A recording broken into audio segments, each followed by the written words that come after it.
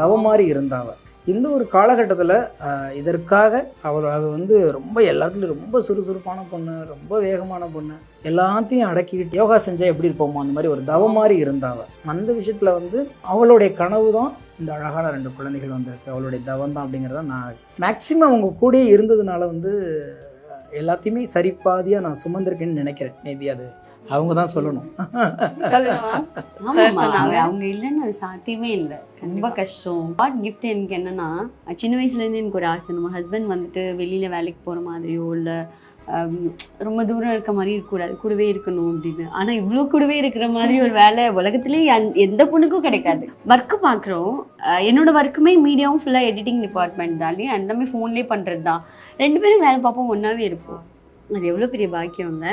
10, 11 மற்றும் 12ஆம் வகுப்பு பொதுத் தேர்வில் அதிக மதிப்பெண்கள் பெற்று வெற்றி பெற அனைத்து மாணவர்கள் கையிலும் இருக்க வேண்டிய ஒரே கைட் சுறா கைட் இப்பொழுது விற்பனையில் அனைத்து புத்தக கடைகளிலும் கிடைக்கும்.